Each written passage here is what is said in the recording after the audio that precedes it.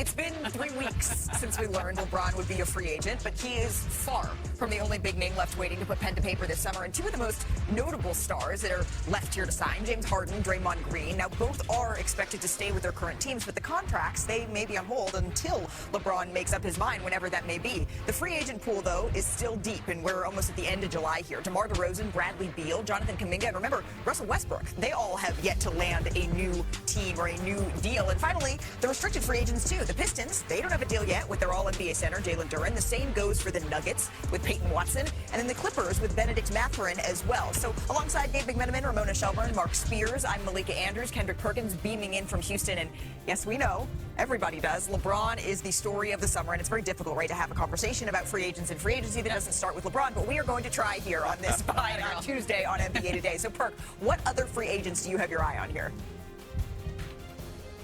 Well, right now it's Jalen Duren, to be honest with you. When you think about what's going on with him in Detroit, I'm trying to figure out why it's taking so long. And this is a guy that made third team All-NBA. This is a guy that is going to be one of their franchise guys alongside Cade Cunningham. And I get it. He stunk it up in the postseason. But a lot of young players have bad postseasons and they learn from it. This guy still was a 20-11 guy, and it shouldn't take that long. The last thing that you want, if you're the Pistons, is having this young man sign, walk into training camp frustrated. Now, all of a sudden, J.B. Bickerstaff got to have a coming to Jesus meeting and get him back on track. When right now, him and Cade Cunningham should be working out. Him and J.B. Bickerstaff should be communicating and seeing how they're going to feature him next year in the player for his player development and him getting better as a certified number 2 option. This is a problem, and the Detroit Pistons need to hurry up and correct this and make it right. Well, I don't think that's going to happen anytime soon, because I just talked to someone who said that negotiations on Jalen Duren are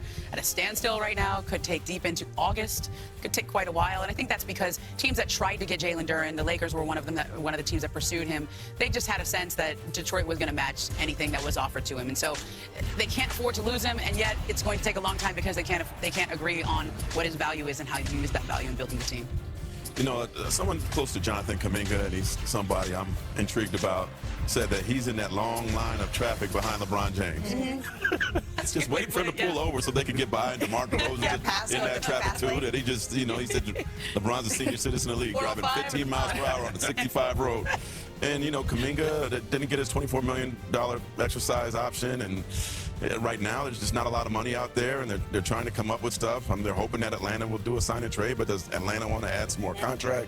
His name's been thrown out with the Lakers. I've heard maybe Minnesota may have some interest in him, but for Jonathan Kuminga, it's definitely wait and see, and just, you know, hopefully you got enough gas to keep going. Yeah, exactly. I don't think Peyton Watson is dependent on anything with LeBron James, but I do think he's a very important free agent because the Nuggets were confident they would keep him, and yet they haven't necessarily locked this in because there's other teams that are pursuing him. The Clippers are a team I've heard. The Milwaukee Bucks are a team I've heard. Like, there's teams with interest in him, and if they pay him too much, the expectation around the league is maybe they have to trade some other players because they have to make the rest of the salaries work. Just so there's been discussions about Christian Brown. There's been discussions about Cam Thomas. Like, this is something that could have a domino effect depending on how much Peyton Watson signs for and whether the Nuggets decide to match it. I saw Peyton in New York on Friday. Yeah. This is a 23-year-old looking for life-changing money here. Yeah. And he has some confidence and faith that he is with Clutch Sports, quite frankly. He told me they've been through this before. I covered Tristan Thompson, where he was in a restricted free agent situation, and he waited all the way to be a training camp holdout. That's the only way you get leverage back in this situation, to try to have the numbers move. So I'm not saying that Peyton's going to be that exact case, but his representatives have done it before. Right, not necessarily in the line behind LeBron, but there is some sense that there is money that is being held up here all over the league. So, Mark, I'm turning my blinker on. I'm going over into the lane over on my right here because we do await the big decision, right? And that is LeBron James. And LeBron's longtime friend, his longtime agent, Rich Paul, released the latest episode of his podcast, Game Over, last night. And he spoke about, frankly, why this is taking so long. We're not making this about attention and a spectacle. It's not about a decision or anything like that. He has a choice to make. He has a business choice to make. We're not going to sit here and decide or allow someone else to decide when he makes that decision. From a business perspective, you are making a choice between jobs, high-level jobs, and you've earned the right. You're a big-time executive that's with an unbelievable, arguably the best resume in the history of your job. Who's rushing you? Okay. Nobody. There's been several people to call and say, hey, Rich, is there anything more we should be doing, we could be doing? And my answer is no. So all the bids are in, and my favorite part of this was Max Kellerman says to Rich, okay, well, we need to start with LeBron. He says, why? Why do we need to start with LeBron? Well, because it's the biggest question mark that's hanging over the NBA. So let's just reset. On Tuesday, July 21st, where do things stand here, Dave? I checked in with Rich on my way into the studio. Quote, nothing happening today. So we're going to move on. Okay. Day 22, at the very least. Listen, the teams that are in pursuit of LeBron, they're okay with this. It's not like because this is dragged into 3 weeks, the teams are starting to fall off in the race to get LeBron.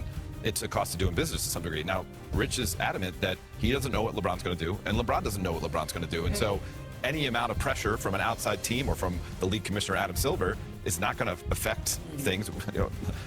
Try to tell LeBron what to do, and that's not the best way to get him to move towards a decision. You work with him.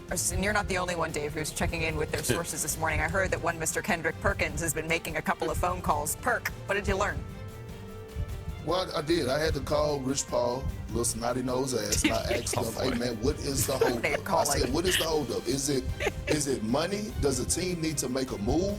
And you know what Rich Paul told me? He said, Perk, listen, man, this has nothing to do with money. Whatever LeBron James, the teams that are at the top of his list, they're all going to pay the same dollar amount. He's not asking a team to move anybody that's contradicting what they standing for. It's not about the money. It's about the fit. He's had his mind made up. Like, I believe that it's been a time where he had his mind made up, and then all of a sudden he's changed his mind and he's back to the drawing board again. And what people have to realize is that, yes, he does have a wife, Savannah, who has an input, and he's also considering that in this decision. His daughter as well, and obviously Savannah would love to travel to LA to go watch her son Bronny get some minutes for the Lakers and watch him play at times. But they have another son that's down there in Arizona by the name of Bryce. And yes, Bryce didn't get a lot of minutes. Actually, he was a red shirt last year because he was going through the development process, but he's expected to play. So I know we all are anxious and want LeBron James to make a decision, but what I got from this call from Rich Paul is that,